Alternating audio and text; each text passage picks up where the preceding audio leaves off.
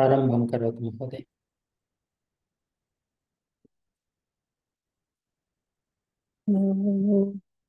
वक्रतुंड महाकाय सूर्यकोटिसमप्रभा निर्विघ्नं कुरु मे देव सर्वकार्येषु सर्वदा।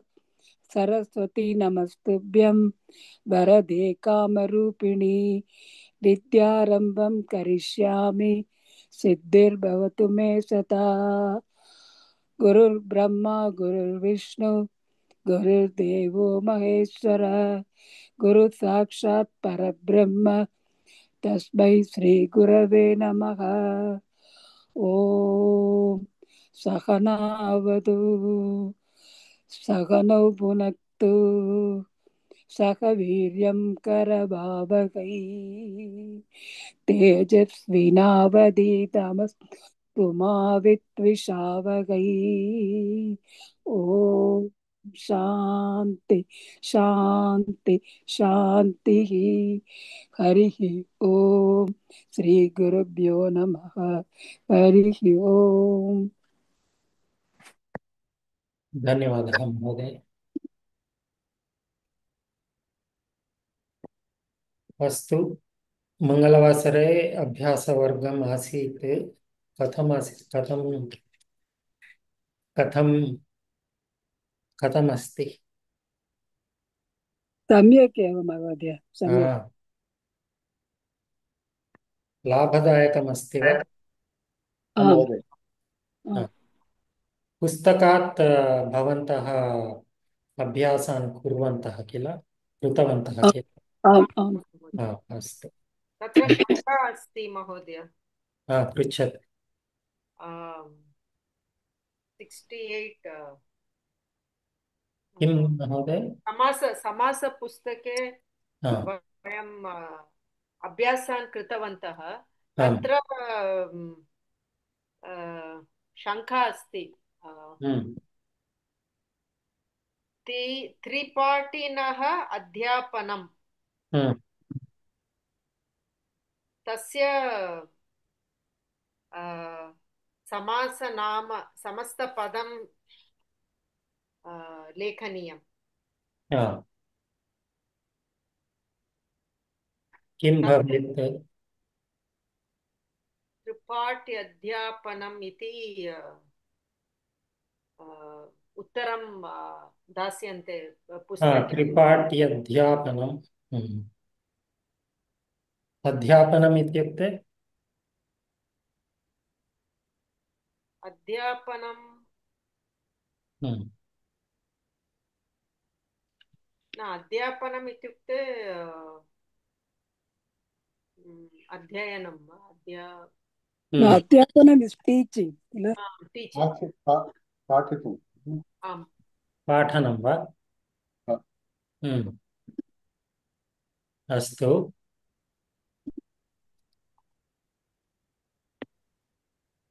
त्रिपाठी इति पूर्वपदम्, अध्यापनम् इति उत्तरपदम्। त्रिपाठिनः षष्ठी किल? त्रिपाठिनः इति षष्ठीरूपं किल? सो त्रिपाठिन् शब्दः महोदय। किं शब्दः मीन् द प्रातिपदिकं त्रिपाठिनः त्रिपाठिन् त्रिपाठिन् इत्येव अहं मन्ये। Tatra, I think we had some other doubt also. Actually, after that, the second one, there is one more samasa. It says Tripathi plus Varyaha. तत्र तस्य नाम अस्ति। तस्य कस्यापि नाम अस्ति। तदेव we wanted to check, Mahodaya. Varma महोदयः अस्ति किल? तत्र वर्मा, शर्मा, शास्त्री, त्रिपाठी एतत् सर्वं नाम, जनानां नाम। पूर्व प्रश्ने तु प्रायः वेदेषु विषये अस्ति। वेदानां अध्यापनम् इति अहं चिन्तयामि। त्रिपाठिनः अध्यापनं हम्म। तत्र त्रिपाठिनः वेदेषु अत्र नामः अस्ति त्रिपाठिवर्यः ना वर्यः मीन्स् इट्स् लाइक महोदय only. so it will be संभावना पूर्वपदं वा महोदय त्रिपाठी प्लस वर्यः त्रिपाठी वर्यः संभावना पूर्वपदं वा त्रिपाठी इति वर्यः वर्मा वर्मः इति महोदय। सत्यम्। संभावना पूर्वपदं वा आमाम्। विशेषणपूर्वपदं न नास्ति न गंगा इति नदी एवं भारतम् इति देशम् एवं त्रिपाठी इति वर्यः वा Varyah is also there. Varma is also there. No? वर्मः इति महोदयः वर्मः इति वर्यः एवं। But Varyah, it is not Namam, kila. No, Varma Varma is वर्यः is like महोदय। okay. वर्य is like महोदय अस्तु महोदय अप्सरसां गणः तत्र प्रातिपदिकम् अप्सरस् भवति अप्सरस् गणः परन्तु उत्तर तस्य प्रथमा विभक्ति एकवचनरूपम् अप्सरसः अतः सन्धि अस्ति चेत् अप्सरसो भवति। तदेव अप्सरो गणः इति लेखित अस्ति अत्र पश्यामः। अप्सरसः अप्सरसां गणः अप्सरो गणः इति अप्सरसाः इति प्रथमा विभक्ति एकवचनरूपम् अस्ति। विसर्गस्य उत्वं भवति अप्सरसो गणः। न महोदय अप्सरा इस् अकारान्तपदं सो तत्र लोपः भवति। न अप्सरस् किल अप्सरा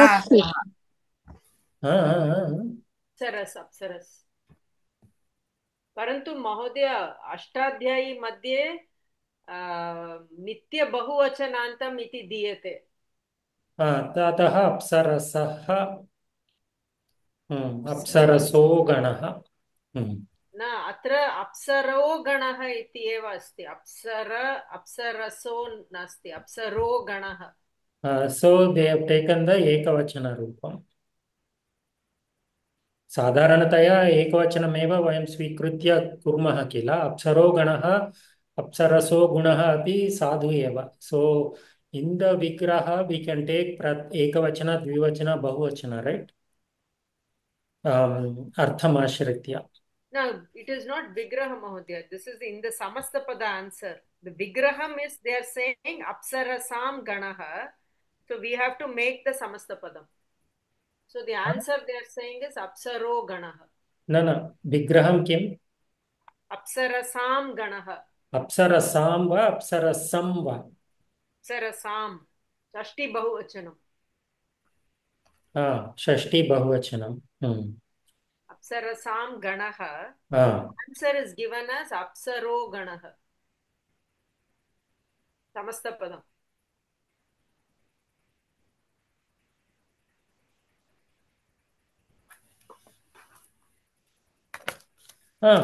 So apsarasam, so apsaraso ganaha, correct only, no? न सकारं नास्ति महोदय अप्सरो गणः इत्येव अस्ति अप्सरसो गणः न एकवचनं स्वीकृत्य ते समस्तपदं निर्मितवन्तः। So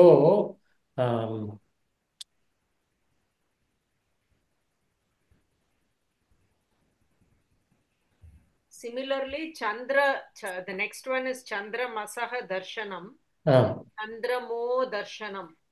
हाँ Iti. चन्द्रमस् तदपि सकारान्तपुल्लिङ्गपदमस्ति पुल्लिङ्गं वा स्त्रीलिङ्गं वा पुल्लिङ्गमेव किल पुल्लिङ्गम् हाँ आम् लिङ्गम् हाँ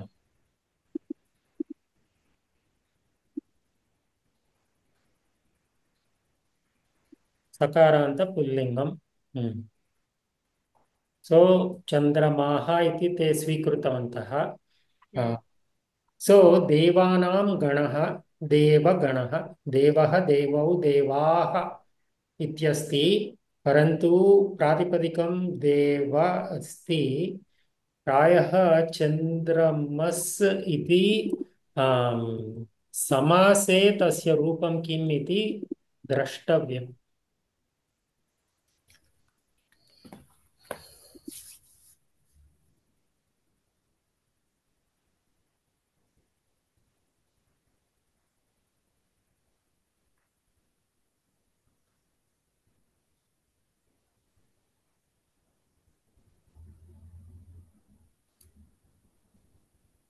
So they give for comp, they say comp.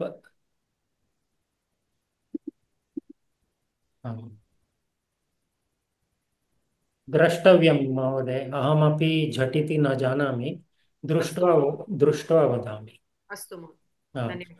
कोशे Mahodaya, कोशे साधारणतया they give like COMP or they put this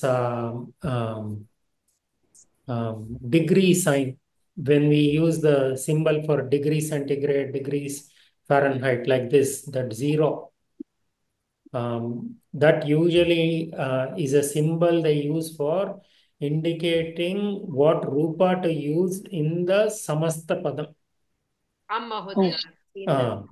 So द्रष्टव्यं रोहिणी महोदय किम् रात्रि शब्दम् उत्तरपदं चेत् केचन नियमाः सन्ति किल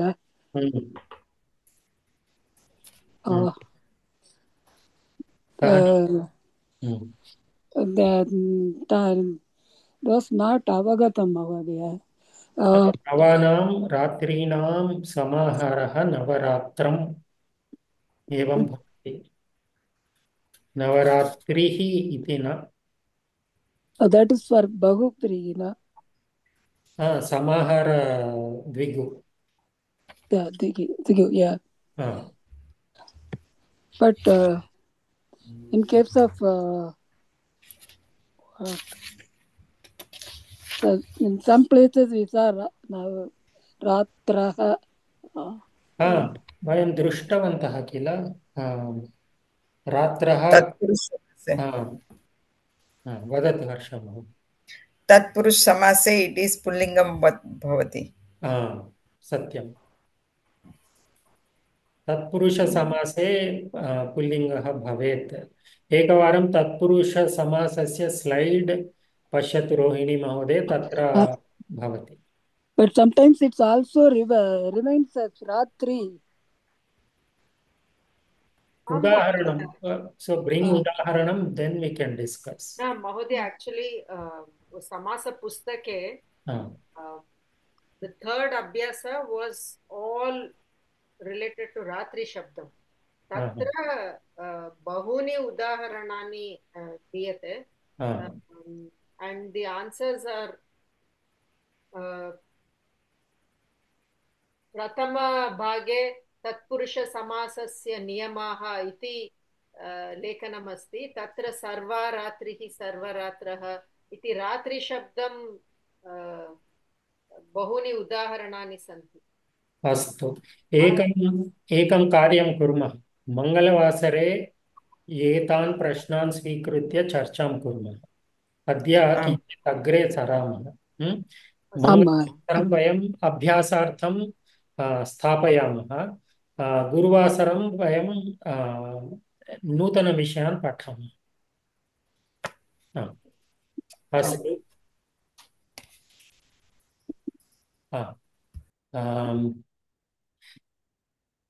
अत्र पीताम्बरधृतः इति अस्ति किल, अत्र प्रश्नः आसीत्। पीतं पीताम्बरं धृतः येन सह इति मया उक्तं। मया अस्य प्रश्नस्य विषये हरिप्रिया महोदयां पृष्टं। सा उक्तवती पीताम्बरं धृतं येन सह इति तस्य विग्रहं भवति। पीताम्बरं धृतं, and that is also correct actually. It is not धृतः। किमित्युक्ते पीताम्बरम् and धृतं बहुव्रीहौ समानाधिकरण बहुव्रीहौ, they both have to be in the same vibhakti, right?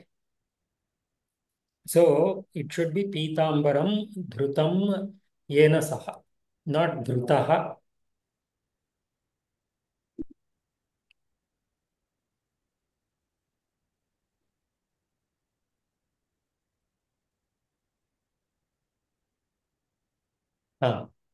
So, by whom the Pitambaram was worn. So here Dhrutam is the act of wearing. He by whom the yellow cloth was worn.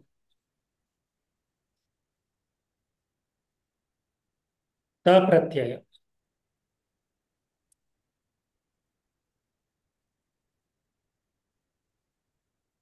इदानीं स्पष्टमस्ति वा? आं महोदय। आं महोदय। मम दोषः, धृतः न धृतं भवेत् भवति। गतसप्ताहे प्रश्नः आसीत् अत्र।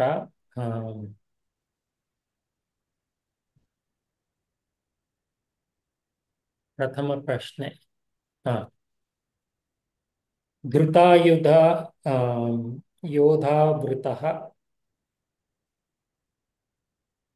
अत्र आवृतः is surrounded. He, that which is surrounded, or he who is surrounded. Atah it is talking directly about the person. साक्षात् अभिमन्योः विषये एव वदति, अतः एव तत्पुरुषः। सो इन् पीताम्बर धृतः, देर् पीताम्बरं धृतं येन सह, so the dhrutah is not directly referring to that person. That is why the vigraha and the samasa is a bahuvrihi. परंतु अत्र उत्तरपदं साक्षात् अभिमन्योः विषये अस्ति. So just because this sounds like पीताम्बर धृतः, we can't make one-to-one comparison and say why is this not bahuvrihi. We have to go by the meaning. So here avritaha means he who is surrounded, or that which is he who is surrounded. Avritaha, avrita, avritam, avritam, that which is surrounded. So he who is surrounded, kasya vishaya asti, abhimanyoho vishaya eva asti. Ataha उत्तरपदं अभिमन्युं सूचयति, उत्तरपदार्थ प्राधान्यः, अतः तत्पुरुषः।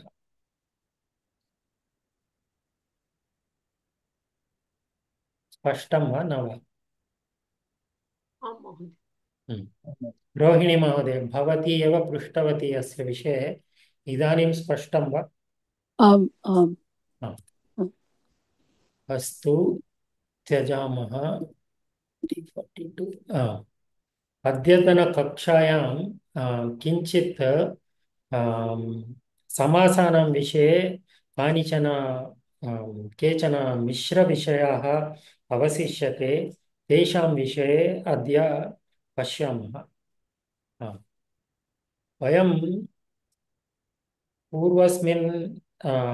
पूर्वस्यां कक्षायाम् एकम् उदाहरणं दृष्टवन्तः, महाराजप्रियसखः। स्मरन्ति वा? आम्। अत्र हर्ष महोदय, भवती एकवारं पठतु। आं महोदय।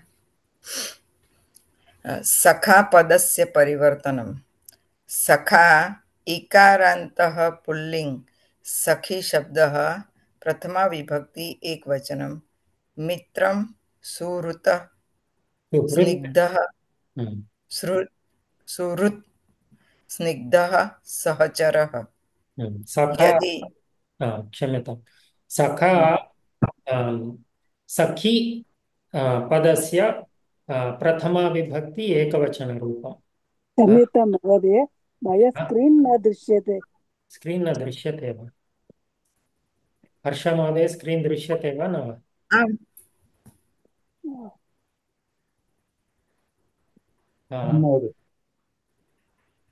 आ, प्रशान्त् महोदय, दृश्यते वा? आं महोदय। रोहिणी महोदय, प्लीज रीजॉइन। पक्का। सखी इति इकारान्त पुल्लिङ्गपदमस्ति। साधारणतया इकारान्त ईकारान्त स्त्रीलिङ्गे दृश्यते, परन्तु सखी इति एकं पुल्लिङ्गं पदमस्ति। तस्य प्रथमा विभक्ति एकवचनरूपं सखा इति अस्ति।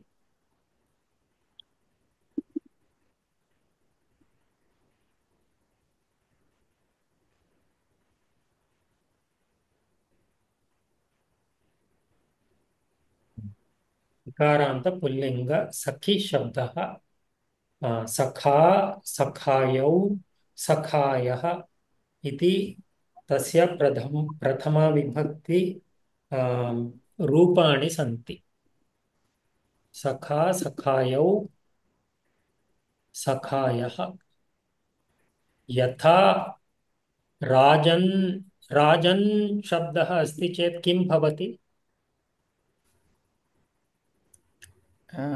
राजा राजानौ राजानः। राजानः नकारान्त राजन् शब्दः अस्ति। समासे किं भवति? महान् राजा किं भवति? महाराज नकारस्य लोपः भवति तस्य प्रातिपदिकं किम्? राजन् न न, महाराजपदस्य। ओ इट्स् अकारान्त पुल्लिङ्ग् महाराज शब्द अकारान्त पुल्लिङ्गरूपेण परिवर्तनं भवति तस्य, अतः महाराजः। एवमेव सखी शब्दस्य पुल्लिङ्गरूपस्य सखा इति प्रथमा विभक्ति एकवचनरूपमस्ति, परन्तु पठतु। परन्तु किं भवति? यदि उत्तरपदं सखाः अस्ति चेत् समस्तपदे सखः अकारान्त पुल्लिङ्ग सख इति भवति सखाः न सखा अत्र। ओके सखा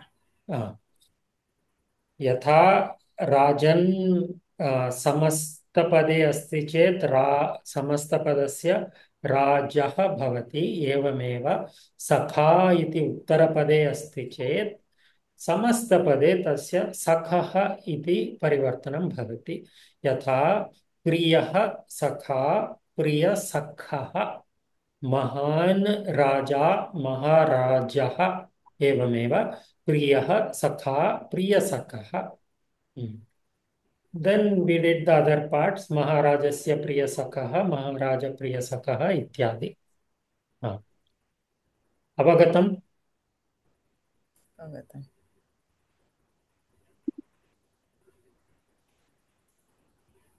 रोहिणी महोदय, सङ्गणकं दृश्यते वा इदानीम्? आम् आम् एतत् विषयम् अवगतं वा सर्वेभ्यः? आम्। राजश्री महोदय, द्वितीयं पठतु।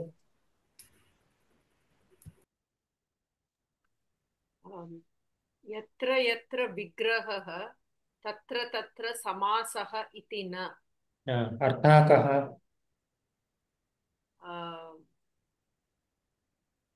सर्वत्र समासः भवति इति न। विग्रहम् अस्ति चेत् समासः निश्चयेन न। तस्य किमर्थम् एवम् इति तस्य अत्र विवरणमस्ति, पठतु। वृत्तेः अर्थ अवबोधकं वाक्यं विग्रहः।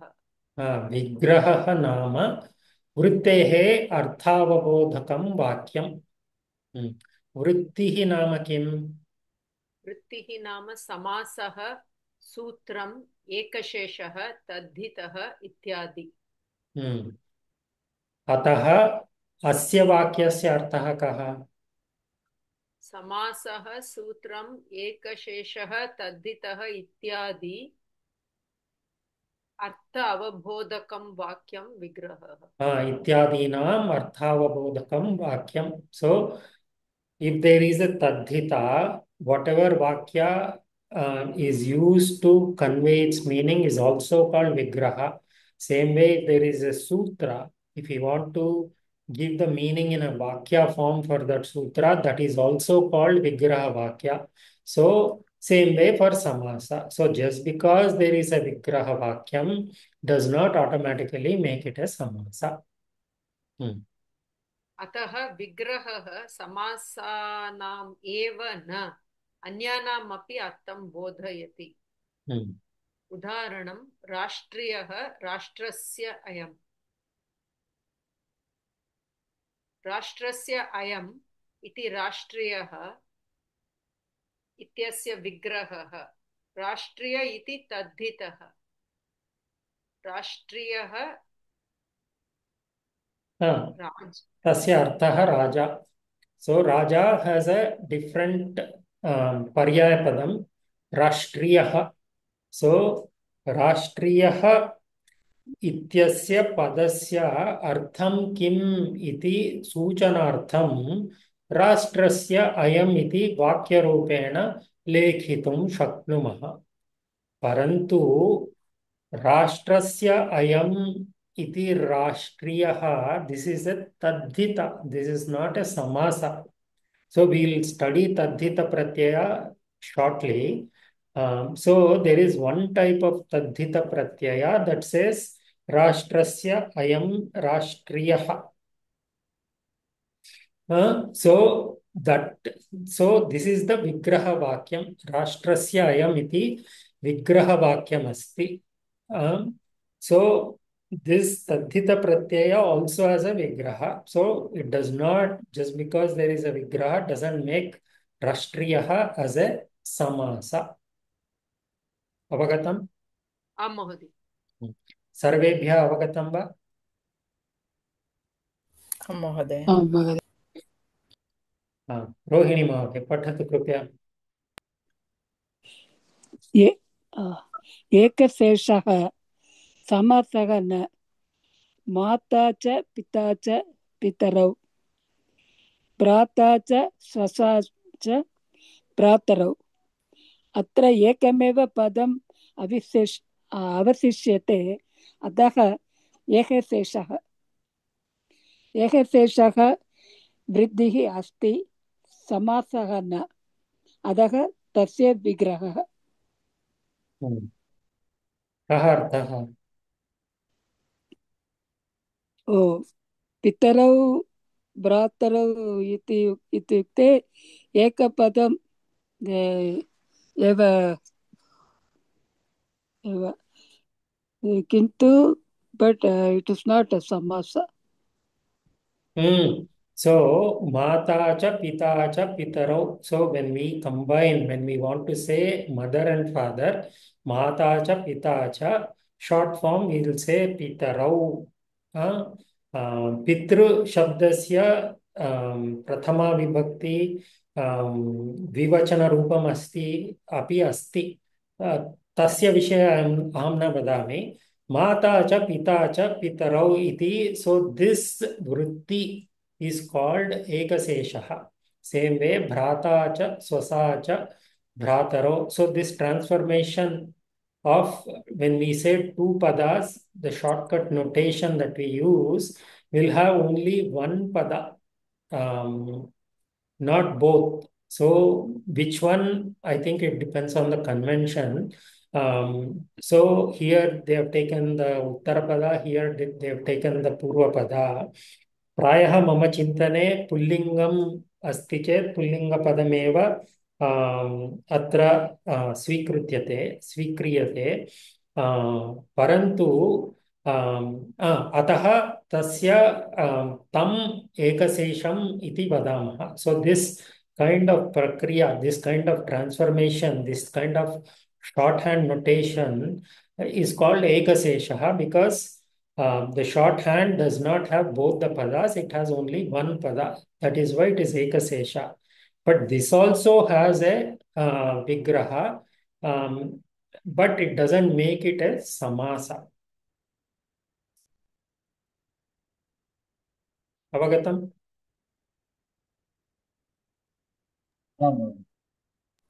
आं महोदय। मया एकवारं गृहकार्य दत्तं पार्वतीपरमेश्वरौ वागर्थावेव सम्पृक्तौ वागर्थप्रतिपत्तये जगतः पितरौ वन्दे पार्वतीपरमेश्वरं। तत्र मया पितरौ इत्यस्य माता च पिता च द्वन्द्वसमासः इति उत्तरं दत्तं मया। अशुद्धमस्ति, अहं शुद्धिं करोमि।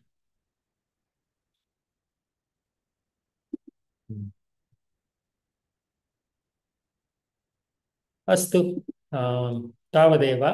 अग्रिमकक्षायां पुनः किञ्चित् अन्यान् विषयान् स्वीकृत्य अहं वक्ष्यामि। अग्रे सरामः रघुवंशस्य विषये। 37तम श्लोकः। एतस्मात् पूर्वं किम् अभवत्, कोऽपि स्मरति वा?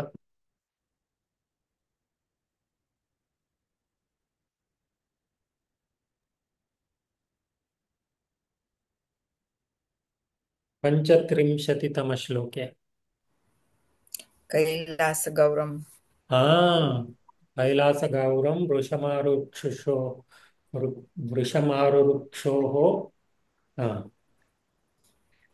सो वृषभस्य बेक् पृष्ठभागे शिवः पादं स्थापयति।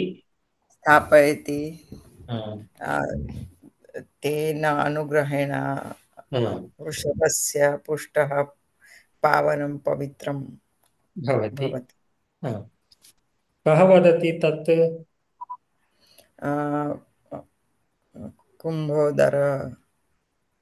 कुम्भोदरः कः? गणः शिवस्य। परन्तु कथायां सः कः, तस्य रूपं किम्? तस्य रूपं सिंहः। सिंहः। सिंहः अस्ति।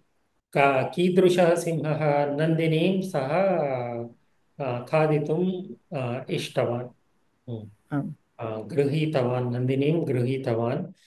सिंहः अग्रे वदति, अत्र एकः वृक्षः अस्ति, देवदारुवृक्षः। तं वृक्षं भवान् इत्युक्ते राजा दिलीपः, भवान् एतं वृक्षं, देवदारुवृक्षं पश्यतु। एषः वृक्षः पार्वत्याः प्रीतः।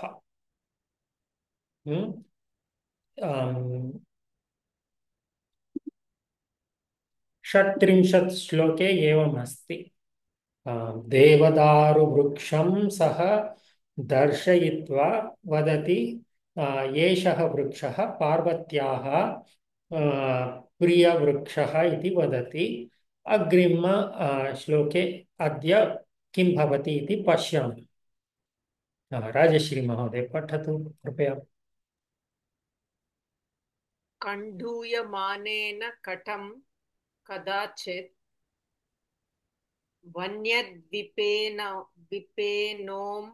विपेनोन्मथिता त्वगस्य अथैन मद्रैस्तनया शुशोच सेनान्यमालीढमिवासुरास्त्रैः। द्वितीयं पदम् एकवारं मनसि पठित्वा उच्चैः पठतु।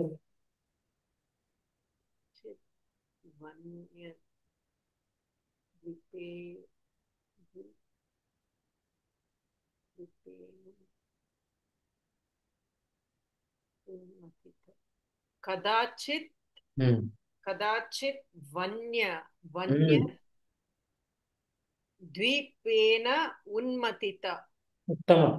कदाचित् वन्यद्वीपेन उन्मथिता। उत्तमं। हा, एतत् पदम् अथैन अथ येन एनम्। हम्म, अथ येनं हम्म, येनं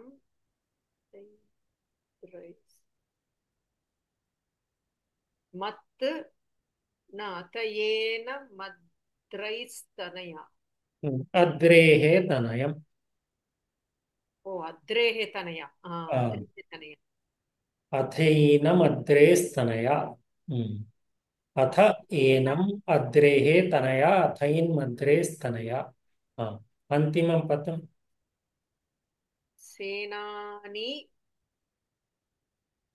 अमाली अमालीढम् सेनान्यम्। ओ सेनान्यम् हम्म, सेनान्यम् आलीढम् आलीढम्। आलीढम् हम्म, इवासुर अस्त्रैः इव सुर असुरास्त्रै। अस्त्रैः पुनः सम्पूर्णं पदम्। सेनान्यमालीढम् इवासुर अस्त्रैः सेनान्यम् आलीढम् इव असुरास्त्रैः। सम्पूर्णं श्लोकं पठतु। कण्डूयमानेन कटं कदाचित् वन्यद्वीपेनोन्मथिता त्वगस्य अथैनमद्रैस्तनया शुशोच सेनान्यमालीढमिवासुरास्त्रैः कण्डूयमानेन कटं कदाचित् वन्यद्वीपेनोन्मथिता त्वगस्य अथैनमद्रे स्तनया शुशोच सेनान्यमालीढमिव असुरास्त्रैः। अत्र सिंहः कुम्भोदरः देवदारुवृक्षं दर्शयति। वदति पार्वत्याः प्रीतः इति अस्ति। कीदृशः प्रीतः, कियत् प्रीतिः अस्ति पार्वतेः तस्य वृक्षस्य उपरि इति अस्मिन् श्लोके वदति। अ, आम्, सामान्यार्थं पठतु। एषः देवदारुवृक्षः पार्वत्याः पुत्रः समानः पुत्रसमानः, क्षम्यतां, पुत्रसमानः। एकदा एकः वनगजः अस्य वृक्षस्य त्वचं नाशितवान् हम्म, तदा पार्वत्याः मनसः खेदनम् अभवत् यथा स्कन्दः एव दानवानाम् अस्त्रैः अक्षणोत् हम्म। अर्थः कः? आम्, देवदारुवृक्षः पार्वत्याः आ, आ, पुत्रसमानः अस्ति कः सः पुत्रः अत्र? पुत्रः कः अस्मिन् सन्दर्भे? स्कन्दः एव। आ, वृक्षः स्कन्दसमानम् अस्ति इति वदति। तस्य उदाहरणं ददाति द्वितीयवाक्ये आरम्भात्। एकवारं आ, गजः एकः वनगजः आ, वृक्षस्य त्वचम् इत्युक्ते तस्य वृक्षस्य उपरि यत् भवति वल्कलम् इति वक्तुं वल्कलं शक्नुमः। वल्कलं आ, नाशनं करोति तदा आ, आ, पार्वती पार्वत्याः मन तस्य मनसि पार्वती दुःखिता अभवत्। दुःखिता अभवत् कथं दुःखिता अभवत्? असुराः असुरैः अस्त्रेण हम्म, तस्य अक्षणोत् इत्युक्ते तस्य व्रणम् आगच्छति। व्रणम् हम्म, असुराणाम् अस्त्रेण स्कन्दस्य रणम् आ, भवति इति। यदि असुरैः अस्त्रैः स्कन्दस्य व्रणमागच्छति आम्, तदा पार्वती आम्, आम्, पार्वत्याः मनसि यावन् दुःखम् आगच्छति तस्य समानमेव वृक्षस्य अपि नाशनं भवति चेत् समानं दुःखं सः अनुभूतवती इति श्लोकस्य अर्थः। अवगतम्? आम् महोदय। सर्वेभ्यः अवगतं वा? अक्षणोत् मारितवान्। मारितवान् न, व्रणम् आगच्छति, इंजूर्ड, हर्ट।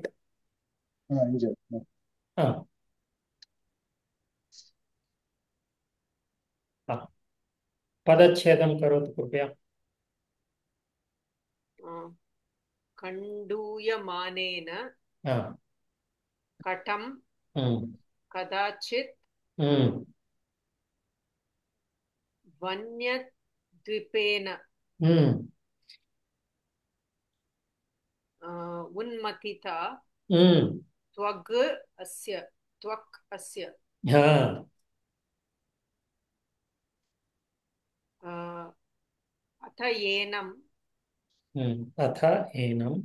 अथ एनम् अद्रेः तनया शुशोच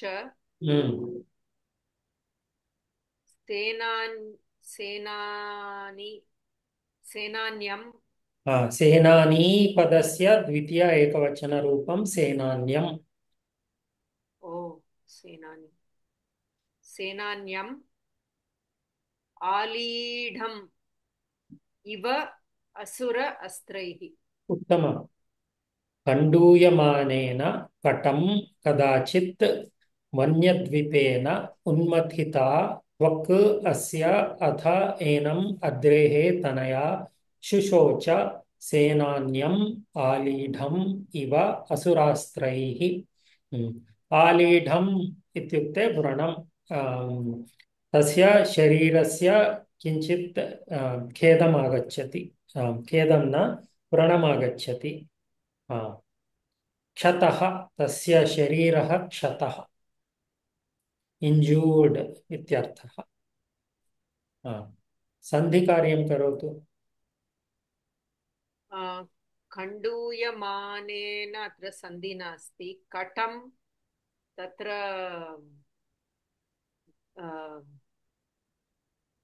मकारस्य अनुस्वारं अनुस्वारसन्धि।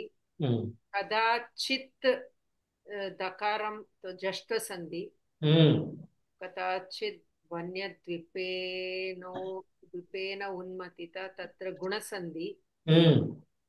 उन्मथिता त्वक् अस्य जष्टसन्धि। अथ एनं वृद्धिसन्धि। अद्रेः तत्र सन्धि नास्ति। अद्रेः तनया तत्र विसर्गस्य सकारादेशः। शुशोच सेनान्यम् आलीडनं दीर्घसन्धि। कुत्र? सेनान्यं न तत्र सन्धि नास्ति। सेनान्यम् आलीढम् इव असुर, तत्र दीर्घसन्धि इवासुर। सुरा अस्त्रैः, तत्रापि दीर्घसन्धि। असुर अस्त्रैः, असुरास्त्रैः। उत्तमम्।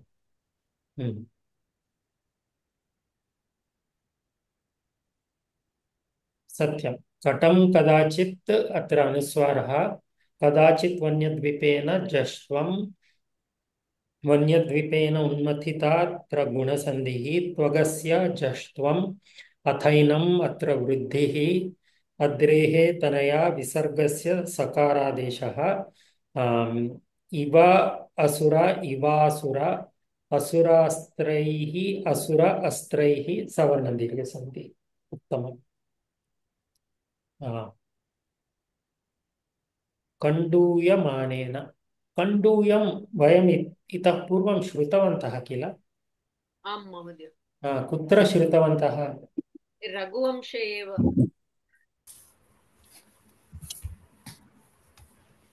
सन्दर्भः कः स्मरति वा? न महोदय, सन्दर्भं न स्मरामि। आस्वादवद्भिः कण्डूयं कण्डूयं सो दिलीपः सेवा करोति नन्दिनी कथं सेवां करोति आम् तत्र दीयते आस्वादवद्भिः कण्डूयनैः क- हा, क- कवलैः तृणग्रासानां आम् तृणानां आम् आम् आम्। सुन्दरं श्लोकमस्ति तत्, ऐ थिङ्क् द्वितीयश्लोक पश्यामः।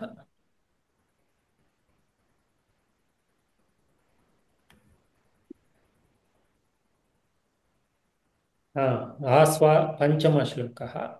आस्वादवद्भिः कवलैस्तृणानां दं दंशनिवारणैश्च अव्याहतैः स्वैरगतैश्च तस्याः सम्राट् समाराधनतत्परोऽभूत्। कण्डूयनम् इत्युक्ते किम्? Mahoday, I know it means scratching or something. खर्जनैः कर्जनम्। खर्जनम्। Asha महोदयायाः बहु सम्यक् ग्रहणमस्ति, मनसि स्मरणमपि अस्ति। स्मरणं स्मरणं। सः सम्यक् गृहीतवती। ग्रहणमपि। only that slok महोदय I don't believe you. I think you by-hearted the entire Raghuvansha. no महोदय No, but it's very good, really good. no तद्दिने अहं दिस् श्लोकं लिखितवती मम पुस्तके तदनन्तरं रात्रि मम निद्रां न कुर्वन्ति सो अहं चिन्तयामि एवं वा? उत्तमम्। कण्डूयमानेन विवरणं किम्? खण्डूयमानेन खण्डूयमान शब्द खण्डूयमान शब्द तृतीय अकारान्त पुल्लिंग खण्डूयमान शब्द तृतीय एकवचन। किमपि प्रत्ययमस्ति वा अन्तर्गतं? शत्रु शानच् शानच् मान अस्ति, अतः शानच् प्रत्यय। शानच् खर्जनेन खर्जनेन गात्रविघर्षणेन। गात्रम् इत्युक्ते न जानामि। न जानाति वा? भगवद्गीतायाम् आगच्छति। गात्र मीन्स् शरीरं शरीरं कुत्र आगच्छति? सीदन्ति मम गात्राणि सीदन्ति मम गात्राणि मुखं च परिशुष्यति। अर्जुनः वदति न काङ्क्षे विजयं कृष्ण न च राज्यं सुखानि च किं नो राज्येन गोविन्द किं सुखेन सुखानि च। तदनन्तरं वदति गाण्डीवं हस्तात् पक्षैव परिदह्यते। सीदन्ति मम गात्राणि मुखं च परिशुष्यति। गात्रं शरीरं विस्मृतवती। चिन्ता नास्ति, इदानीं स्मरति भवति। आम् आम्, इदानीं स्मरणे तिष्ठति। विघर्षण, so scratching of the body, by the scratching of the body. कर्षता इति एकम् अन्यं पर्यायपदमस्ति। क्रुधातोः शत्रन्तरूपं कर्षता, तृतीया एकवचनरूपम्। अग्रे कटं नपुंसकं हम्म। अकारान्त नपुंसकलिङ्ग कटं शब्दम् एकवत् न न कट इति पुल्लिङ्गपद। अकारान्त पुल्लिङ्ग कटशब्द द्वितीय एकवचनम् अर्थं जानाति वा? न महोदय कोऽपि जानाति वा? हा, किमस्ति? गण्डं, गण्डस्थलं, कपोलं, कपोलं जानाति किल? कल् हा, temple, स्कल्, गण्डस्थलं, स्कल्, the head, the temple's part. अस्तु गजस्य टेम्पल् इति वदामः किल? हेड् स्कल्, स्कल् इति न, I mean live animal, so head इति स्वीकुर्मः। कदाचित् कदाचित् अव्ययं भवति अर्थः कः? कदाचित् इत्युक्ते कदापि कदापि, पूर्वं कदापि, एकदा। वन्यद्वीपेन, वन्य इत्युक्ते अरण्ये हा, द्वीपेन इत्युक्ते वन्यद्वीपेन अत्र तृतीया एकवचनं श्रूयते किल? आम् द्वीपेन, महोदय वन्यद्विः वन्यद्वीप, वन्यद्वीप द्वीप, द्वीपः इत्युक्ते टु टु लेग्ड पादपः इत्युक्ते वृक्षः किमर्थं वृक्षः? पादपः इत्यस्य पादेन तत् जलं स्वीकरोति पिबति पिबति, पादेन पिबति इति पादपः। द्विपः पिबति, वयं कस्य विषये वदामः? ओ गजस्य विषये गजस्य द्वि मुखेन द्वे द्विवारं पिबति सः। अस्तु हम्म। वन्यद्वीपः द्वीपः इत्युक्ते द्वीप, प्रथमं द्वीपः इति स्वीकरोतु। द्वीपः इत्युक्ते गजः। किमर्थं द्वीपः? तस्य अर्थः कः? द्विवारं पिबति किल? द्विवारं पिबति वा द्विवारं न, द्वाभ्यां पिबति। थ्रू टू द्वाभ्यां, फ्रम् टू थिङ्ग्स् आर् द्वाभ्यामेव। So are we saying Mahodaya through two mouths it drinks or something, or one is through the trunk and the mouth like that?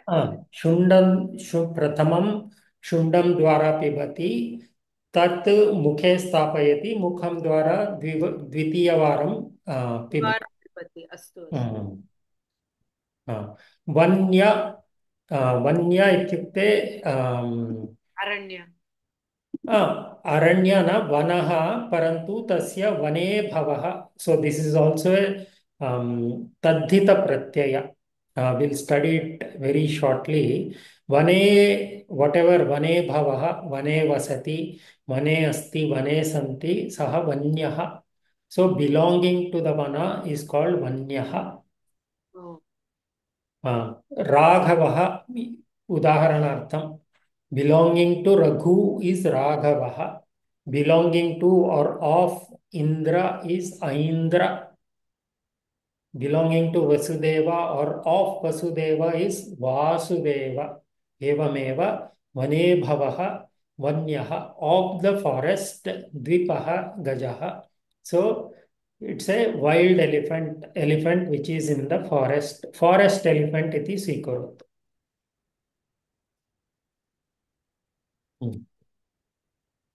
वन्यगजेन वन्यगजेन।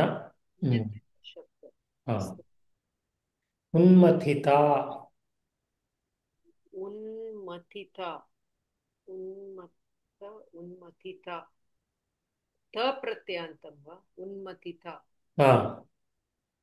स्त्रीलिङ्गं मथिता मथिता आकारान्त स्त्रीलिङ्ग उन्मथिता शब्दः उत् मथ इति धातुः उपसर्गः धातुः एंड अर्थं उन्मथिता इत्युक्ते ड्रङ्क् ड्रङ्क् किं वदामि ड्रङ्क् न तत् उन्माद मयापि एवमेव चिन्तितम् उत्पटिता सो टोर्न् रिमूव्ड इत्यर्थः उत्पटिता अवलुंचिता विलोडिता that which has been removed, that which has been taken away, that which has been torn इत्यर्थः कस्य विषये मनसि सम्यक् न गच्छति वा something like that. that which is torn अहं वक्ष्यामि कस्य विषये वदति त्वक् त्वक् उन्मत्तिता त्वक् इत्युक्ते किम् स्किन् वल्कलं वृक्षस्य त्वक् इत्युक्ते बार्क् इति स्वीकरोतु सो त्वक् स्त्रीलिङ्गपदमस्ति उन्मत्तिता त्वक् वृक्षस्य उन्मत्तिता त्वक् दृष्ट्वा Parvati शुशोच Parvati दुःखिता so the bark which was torn away from the tree, from the Devadaru tree, seeing that Parvati Dukkhita Shushocha Tat Samanya Vakyam. Idanim avagatam? Avagatam Mahodaya. Sarvebhyah avagatam va? आम् आम् महोदय त्वक् इत्यस्य किम् अहं चिन्तयामि चकारान्त त्वच् शब्दं वा त्वच् प्रथमा एकवचनं त्वक् स्त्रीलिङ्गं सत्यं चकारान्तः स्त्रीलिङ्गः त्वच् शब्दस्य प्रथमा एकविभक्तिरूपं वल्कलम् इति अर्थः पश्यामः तस्य प्रथमान्तरूपाणि कानि इति पश्यामः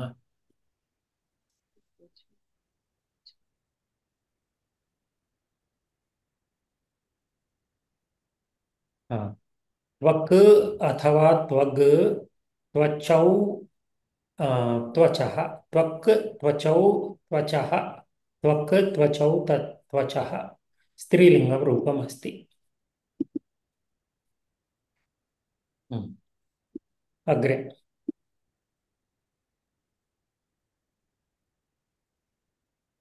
अस्य दकारान्त पुल्लिङ्ग दकारान्त पुल्लिङ्ग तद् शब्दस्य षष्ठी विभक्ति तद् शब्दस्य षष्ठी विभक्ति तस्य भवति किल अस्य तद् न अस्य अस्मिन् इदम् अयं शब्दं मकारान्त शब्दम् इदमेव त्रिषु लिङ्गेषु प्रातिपदिकम् इदमेव रूपाणि भिन्नानि मकारान्त पुल्लिङ्ग इदं शब्दः विभक्ति एकवचनं सत्यम् अयम् इति प्रथमा एकवचनम् इयं स्त्रीलिङ्गे अस्ति इदं नपुंसकलिङ्गे अस्ति षष्ठी विभक्त्यौ अस्य नपुंसकलिङ्गे अपि मकारान्तः पुल्लिङ्गशब्दः इदम् इति शब्दस्य षष्ठी एकवचनम् इदम् इति सर्वनामः अत्र अस्य कस्य विषये अस्ति देवदारुवृक्षस्य अस्य देवदारुवृक्षस्य उन्मथिता त्वक् दृष्ट्वा Parvati शुशोच so we are building up the artha हम्म? कदाचित् वन्यद्वीपेन कण्डूयमानेन वन्यद्वीपेन कट्टम् उन्मथिता. So by the scratching of the head by the elephant on the Devadaru tree, the bark got removed. Kasya asya Devadaru vrukshasya एतद् दृष्ट्वा अग्रेहे तनया इत्युक्ते Parvati. पार्वती शुशोच. वेरी स्ट्रैट फॉरवर्ड अर्थ. So फार so good. Amo. अथ अथ अव्ययम्. अत्र तस्य अर्थः कः? अत्र अस्य अथ इत्यस्य अर्थः कः? सामान्य अर्थः कः? अथ इत्युक्ते इति तदा. तदा. कदा? यदा वृक्षस्य त्वक् उन्मथिता. उन्मथिता. उत्तमम्. तस्मिन् समये इति साधारणार्थः. वृक्षस्य वल्कले अवलुञ्चिते सति. कीदृशः प्रयोगः अत्र? वल्कले अवलुञ्चिते सति. सतिसप्तमी. सतिसप्तमी. उत्तमम्. धन्यवादः. रोहिणी महोदय, भवती अग्रे करोति वा? आं महोदय। एवम्.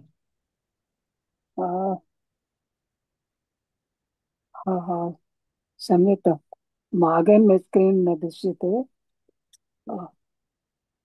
स्क्रीन् न दृश्यते। हर्ष महोदय, भवती करोति वा? एनम्. आम्, एनं मकारान्तपुल्लिङ्ग इदं शब्दस्य सर्वनाम शब्द एनं द्वितीया विभक्ति एकवचनम्। अत्र एनम् इत्युक्ते किम्?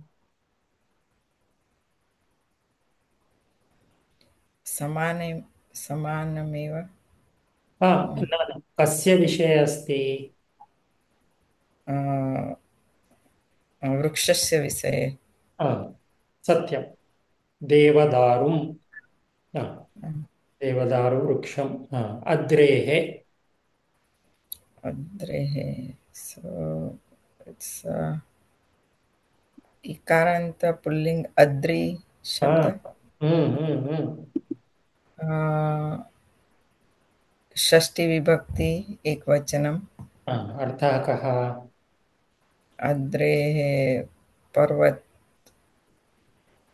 पर्वतराजस्य। पर्वतस्य, पर्वतराजस्य। तस्य नाम किम्? हिमालयः। हिमवान्. हिमवतः। षष्ठीरूपं हिमवान् इति।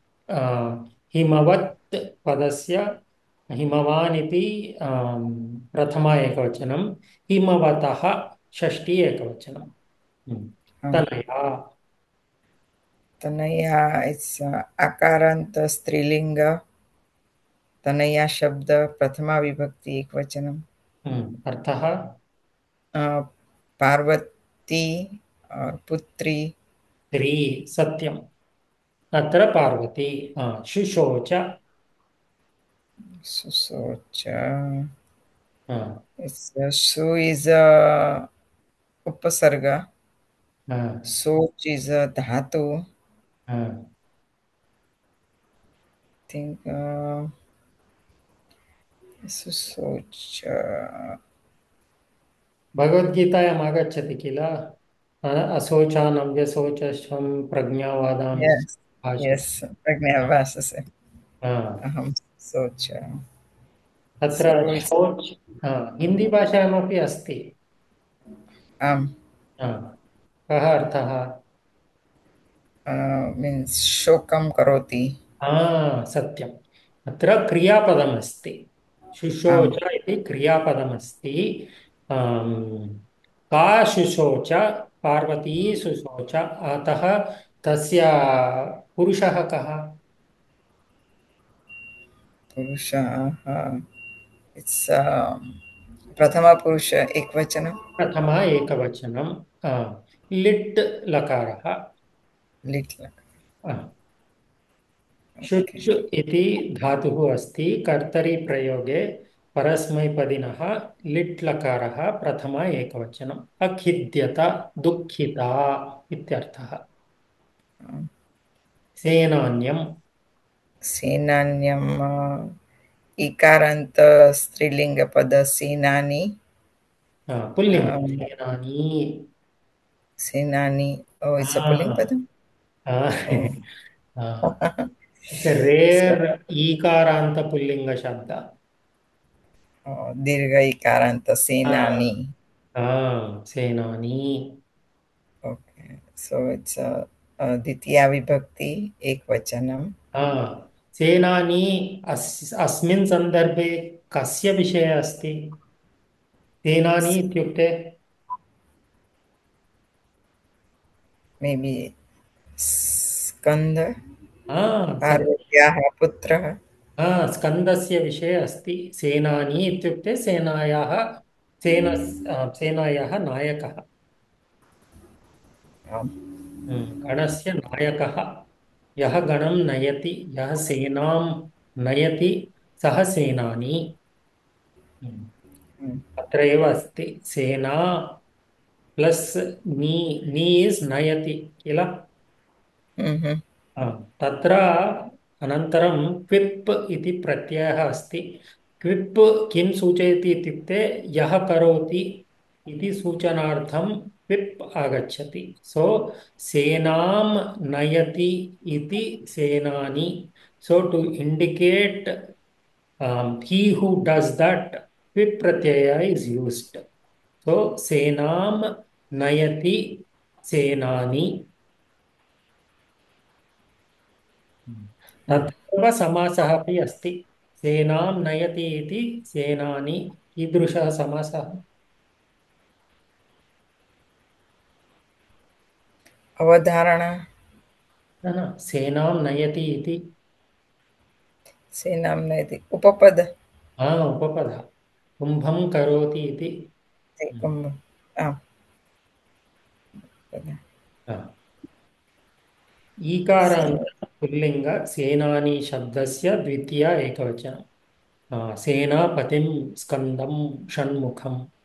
अग्रे आलीढम् सो आ उपसर्ग तत्र लीढम् मीन्स् लीड् करोति न something न lead, lead. तस्य किं वदामि, अहं दर्शयामि। व्रणम् आगच्छति। आ इति उपसर्गः एव। लिह् इति धातुः तप्रत्ययः। पुल्लिङ्गपदमस्ति। अकारान्तपुल्लिङ्ग आलीढ शब्दस्य द्वितीया एकवचनं। क्षतं, व्रणितम्, अभ्याहतं, ही हू इस् वुण्डेड् इत्यर्थः। इव इव इट्स् अव्ययपदं समानमेव सदृशं। सदृशम् असुरास्त्रैः असुरास्त्रैः सो असुरास्त्र पुल्लिङ्गपद असुरास्त्रशब्दः अकारान्तपुल्लिङ्ग असुरास्त्रशब्द तृतीया विभक्ति बहुवचनम् अर्थः कः? असुरस्य अस्त्र अस्त्रैः व्रणितम् असुराणां असुराणाम् दानवानां प्रहरणैः दैत्यायुधैः। असुराः सन्ति, तेषाम् आयुधैः स्कन्दः आलीढः भवति। स्कन्दस्य क्षतं भवति, व्रणितं भवति। कीदृशः स्कन्दः सेनानी अस्ति. सो by the praharana, by the usage of astras by the asuras, the sena nayakaha skandaha alidaha bhavati. So he became injured. Tat društva अद्रेः Tanaya शुशोच. Parvati दुःखिता भवति. अवगतम्? अवगतं महोदय। सो अत्र वाक्यद्वयमस्ति. प्रथमवाक्ये देवदारुवृक्षस्य त्वक् उन्मथिता भवति. तद्दृष्ट्वा पार्वती दुःखिता भवति. कथं? यथा स्कन्दस्य असुरास्त्रैः आलीढं भवति, तस्मिन् समये यथा पार्वती दुःखिता भवति, तथा एव देवदारुवृक्षस्य अपि खेदनम् आगच्छति चेत् पार्वत्याः मनसि अपि दुःखम् आगच्छति. इदानीम् अवगतं श्लोकस्य अर्थः? आम् महोदय। सर्वेभ्यः अवगतं वा? अग्रे समासानां विषये पश्यामः. अत्र समस्तपदानि कानि?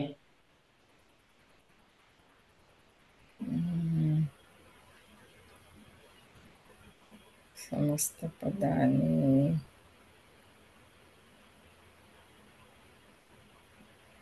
सुरास्त्रैः। सत्यं. मत्पूर्वं वन्यद्वीपेन. वन्यद्वीपेन। वन्या एंड द्वीपा.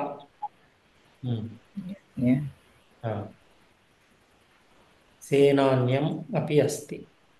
वन्यद्वीपेन प्रयत्नं करोतु. पूर्वपदं किम्? वन्य उत्तरपदं द्वीपेन। न द्वीप. द्वीप। Okay. Tena we add it at the end. So vanyasya द्वीपतेन। वन्यस्य न वन्यद्वीपेन। वन्यः इत्युक्ते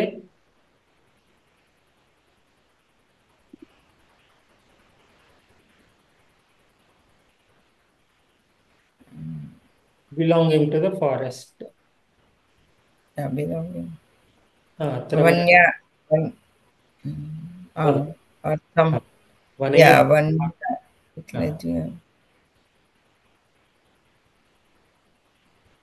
वने। सो वने द्वीपः। वन्यः द्वीपः. सत्यं. वन्यः द्वीपः. द्वीपः इत्यस्य अपि मया दर्शितं. द्वाभ्यां पिबति इति कः उपपदसमासः. वन्यः द्वीपः तेन, नो चेत् वन्यः च असौ द्वीपः च तेन. विशेषणपूर्वपदकर्मधारयः. आङ्ग्लभाषायां वदामः चेत् किं वदामि? Wild elephant, by the wild elephant. वन्यद्वीपः वैल्ड् एलिफेण्ट् एवं वक्तुं शक्नुमः. अतः वैल्ड् इति द्वीपस्य विशेषणमस्ति. सो वाट् टैप् आफ् द्वीपः? वन्यद्वीपः. सो विशेषणविशेषभावः अस्ति तत्र. अवगतम्? अवगतम्। Not sure. राजश्री महोदय, प्रशांत महोदय, अवगतम्? No, vanya ityukte here it is visheshanam because what kind of elephant? It is a wild elephant. Oh, the one staying. Acha. One who stays in the forest, not the domesticated elephant. एवम् अर्थः.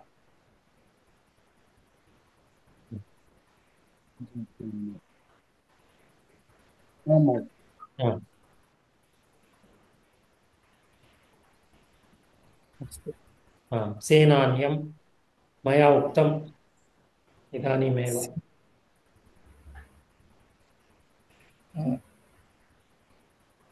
सेनां नयति इति सत्यं। सेनानी सेनां नयति इति तम् उपपदसम। असुरास्त्रैः सुलभमेव। असुरास्त्रैः तैभिः असुरस्य अस्त्रः तैः अस्त्र इति नपुंसकलिङ्गमस्ति।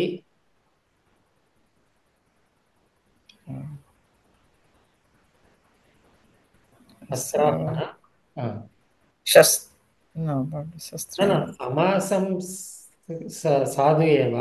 विग्रहम् अस्त्राः नपुंसकलिङ्गम् अस्ति।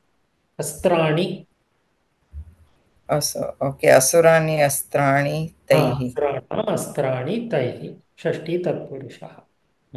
भवती अस्त्राः उक्तवती, मया उक्तम् अस्त्राणि इति तदेव। धन्यवादः। By the arrows or weapons of the asuras. प्रश्नान् पृच्छतु।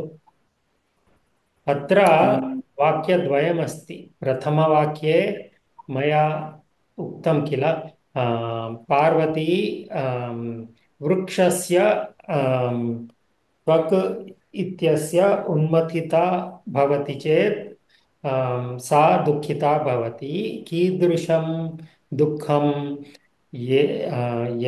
यदा स्कन्दस्य असुरास्त्रैः आलीढं भवति, एवमेव सा दुःखितवती इति अर्थः। So first vakya, and there are two vakyas here. First vakya talks about the dukkha that Parvati goes through when Devadaru is hurt. The second vakya talks about the dukkha she feels when Skanda is hurt, and they are joined by Iva. So she is equally hurt looking at the hurt tree, just as she would be sad when Skanda was hurt. Ityartha. द्वितीय पादे शुशोच इति क्रियापदम् अत्र पृथक् स्वीकुर्मः। द्वितीयपादे शुशोच इति क्रियापदं प्रथमपादे उन्मथिता अभूत् इति स्वीकुर्मः। प्रथमं द्वितीयपादस्य प्रश्नान् पृच्छतु। शुशोच। ओके, का शुशोच? तनया शुशोच। कस्य तनया शुशोच? अद्रेः तनया शुशोच।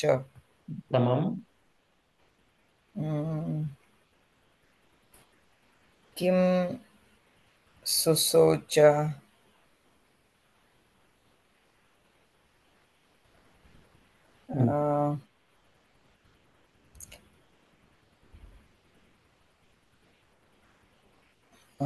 सेना. No, that is second part. So let's take the second part separately. Okay. So very clear division. First talks about the tree, second one talks about Skanda. So let's apply it likewise. Okay. केन शुशोच? कण्डूयमानेन शुशोच। कण्डूयमानेन शुशोच वा? कण्डूयमानेन उन्मथिता। Okay. By the scratching, Kanduyamana means by the scratching, Unmathita Torma. Unmita. So, Tvak. Asya Tvak, Asya Tvak. Asya Tvak. So, Adrehe. So take up till Enam. So add enam, n up to enam and use shushocha. susocha, So all these padas up to enam with shushocha. atrehe kantanaya. Kshamyata. You are sorry. From adrehe to asurastraihi. Take adrehe to asurastraihi with shushocha as the kriya padam and ask question. Kshamyata. Kasya tanaya adrehe tanaya. Kim shush. Kim susocha, senanyam susocha, Satyam. Kim. कीदृशं सेनान्यम् आलीढं केन कैः आलेढम. कैः आलीढम् असुरास्त्रैः आलीढम् उत्तमम्. कम शुशोच एनं शुशोच. का सुशोच तनया सुशोच. सो पार्वती कस्य तनया अद्रेहे तनया कम शुशोच एनं देवदारुं. सो शी बिकेम दुःखम दुःखिता for about the Devadaru. Kam iva shushocha senanyam iva. So the joining of the two padas is through iva. Kam iva shushocha senanyam. So for whom did she cry? For the Devadaru. Similar to what? Similar to Skanda. कीदृशं यथा भवत्या उक्तं कीदृशं सेनान्यम् आलीढं सेनान्यं कैः आलीढम् असुरास्त्रैः. उत्तमं. कदा शुशोच अथ शुशोच. नौ डू द प्रथमवाक्यम्. अभूत I have to use सत्यम्. अभूत्.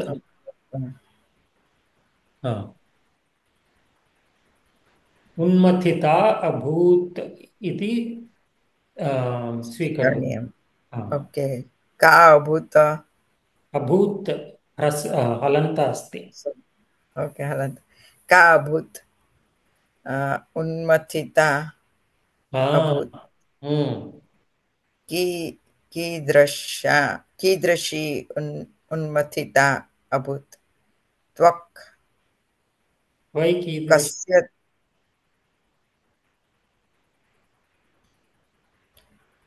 कस्य उन्मथिता का उन्मथिता. का उन्मथिता अभूत्. उन्मथिता इज torn off. So का उन्मथिता अभूत्. What was torn off? त्वक् उन्मथिता अभूत्. अभूत् कस्य कस्य त्वक् उन्मथिता अभूत् अस्य अस्य त्वक् किं केन अभूत् केन अभूत् केन उन्मत्ता अभूत्. कण्डूयमानेन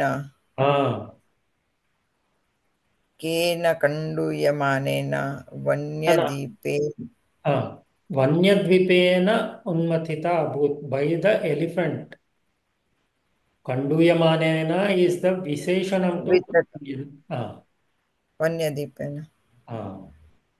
So ओके केन उन्मथिता अभूत् वन्यद्वीपेन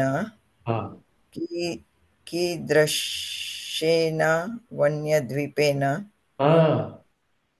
कण्डूयमानेन वन्यद्वीपेन कं कण्डूयमानेन कटं कण्डूयमानेन. उत्तमम्.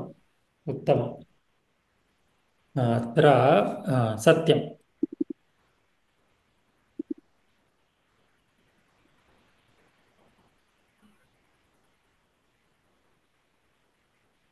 अत्र द्वितीयपादौ पादे उन्मत्तिता अभूत् इति क्रियापदं रूपेण स्वीकुर्मः। ओ अत्र सुसोच द्वितीयपादे क्षम्यताम्, I made the change in the wrong place. I had it correctly only. Ka unmathita, what was torn off? Tvak unmathita abhut, the bark was torn off. Kasya tvak, asya tvak. So Devadaru vrukshasya tvak. Kena unmathita, vanyadvipena unmathita. कीदृशेन वन्यद्वीपेन कण्डूयमानेन किं कण्डूयमानेन कटं कण्डूयमानेन कदा उन्मत्थिता कदाचित् we missed this question kada unmathita kadachit and these two are joined by this one इव tam iva shushocha senanyam iva shushocha किञ्चित् कठिनमस्ति अवगमने परन्तु सर्वे अवगच्छन्ति इति मन्ये राजश्री महोदय Mahodaya, the first portion, Kam Shushocha, that question is what I couldn't understand. Kasya Tanaya Adrehe, Kam Shushocha. So Kam Društva Susocha. So Društva is Adhyahrutam here. Kam Društva Shushocha Devadarum Društva Shushocha.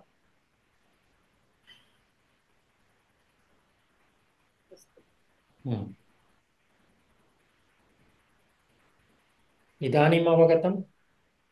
Kam Iva Shushocha. Kam Iva iti bhavati va, because in what way, similar to what did she cry? Senanyam iva. Because it is Senanyam, this will be Kam. This is in Dvitiya, so we have to ask question also in Dvitiya.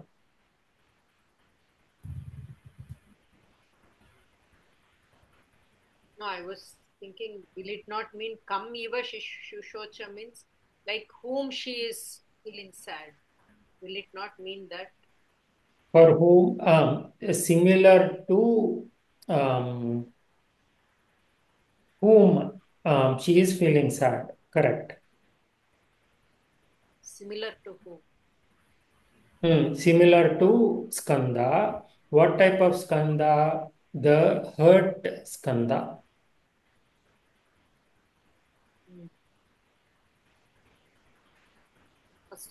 So it's the same Parvati. So it's not Parvati cried for the Vruksha like, for example, the Chakora Pakshi cries when its partner dies.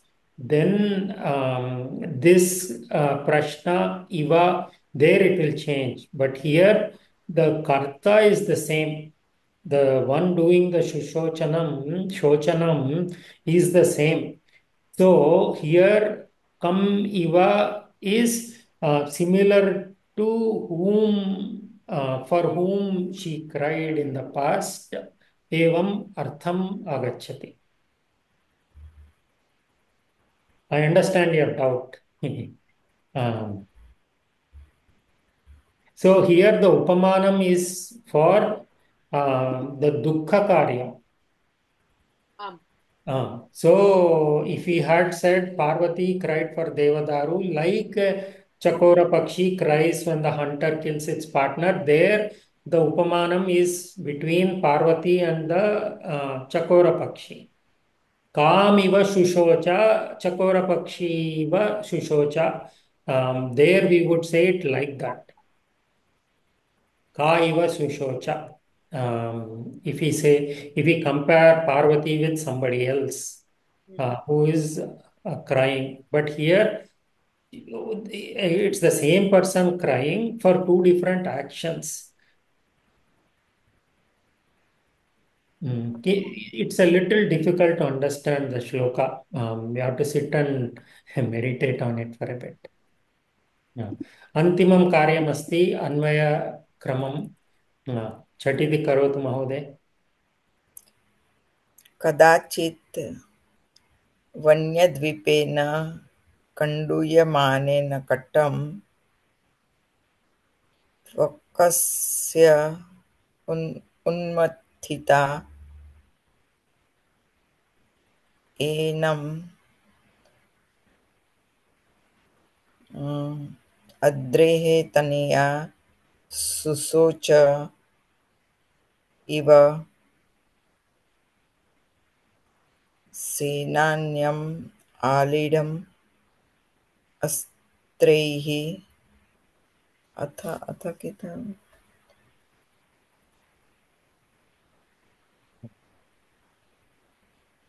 Rajshree अथ we can put atha first. Atha kadachit वन्यद्वीपेन कण्डूयमानेन कटम् उन्मथिता त्वकस्य एनम् अद्रेः तनया सुशोच इव सेनान्यम् आलीढम् असुरास्त्रैः न आलीढं से असुरास्त्रैः आलीढं सेनान्यम् इव शुशोच। अद्रेः तनया असुरास्त्रैः आलीढं सेनान्यम् इव शुशोच। So that is the ending part. कदाचित् कण्डूयमानेन वन्यद्वीपेन कटम् अस्य त्वक् उन्मथिता एवं Kanduya, we can say kadachit asya tvak manena katam kanduya manena vanyadvipena unmatita. सत्यं सत्यं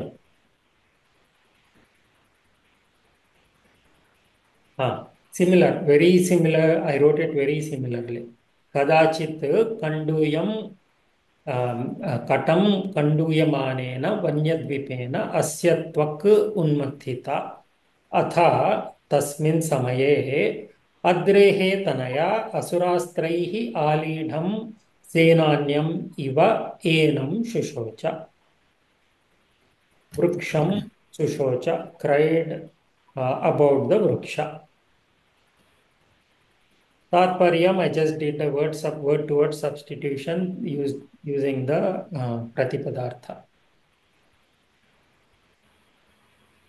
I think I added a little bit masala also. So, Purvam Kadapi Gandam Gatra Vigarshanena Vanagajena Etasya Devadaru Vukshasya Valkalam Utpatita Abhavat Tasmin Samaye Yatha Parvati Skandaha Daityayudhaihi Pranitaha Chet Tatha Asya Vrukshasya Vishayapi Dukkhita. अवगतं वा? अवगतं किञ्चित् क्लेशः क्लेशः Yeah, it took me a very long time to understand. कक्षानन्तरं किञ्चित् चिन्तयन्तु, प्रश्नाः सन्ति चेत् अग्रिमकक्षायां चर्चां कुर्मः। अस्तु समापयामः। अहं मङ्गलश्लोकं वदामि। ओम पूर्णमदः पूर्णमिदं पूर्णात् पूर्णमुदच्यते पूर्णस्य पूर्णमादाय पूर्णमेवावशिष्यते। ओम शांति शांति शांतिः। हरिः ओम श्री गुरुभ्यो नमः। हरिः ओम। धन्यवाद।